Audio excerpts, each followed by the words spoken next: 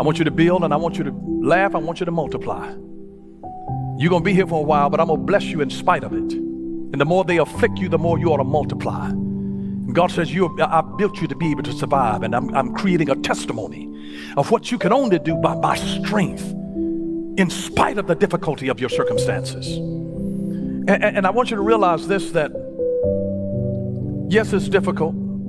Captivity is difficult. Whenever you're facing a difficult struggle or sickness, it's very hard to see God in your situation.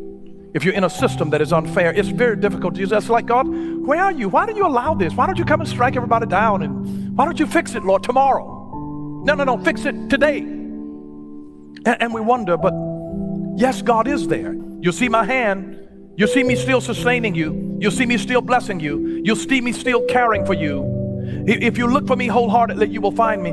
And he says, when you find God in the situation, I want you to realize you'll also discover that he will deliver you. You'll find his promise of deliverance in your life. That's why you have to just come together as a family. Even when you're hurting, whenever there's a crisis, the family comes together. There's a strength in togetherness.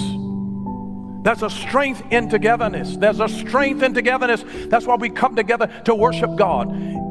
Otherwise, you're just a unit. A unit. The only thing that separates a unit from unity is just understanding the why. When you understand the why, you shift immediately from being a unit to unity, because you understand the why. Without understanding why, you're nothing but a unit.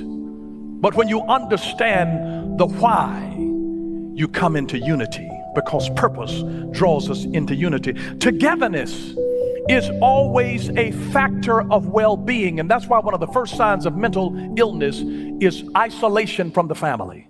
Isolation. Mental illness will isolate people from the very people that love them. It'll make them pull away. So togetherness is where we get well. Isolation is where we get sick. Why do you think in the prison that isolation is the worst form of punishment that can happen to an inmate? Not beating, isolation. Isolation. And I love the brilliant words of Malcolm X when he says, when I is replaced with we, even illness becomes wellness. Notice, when I is replaced with we, even illness becomes wellness. Don't do it alone. There is a we that God is trying to bring us to. If we ever come together and understand that you're not in this alone, you got a family, you got other believers. And even if your natural family wasn't there for you, God raises up spiritual brothers and sisters, spiritual mothers and fathers. God will bring a we into your life. He's never going to leave you alone.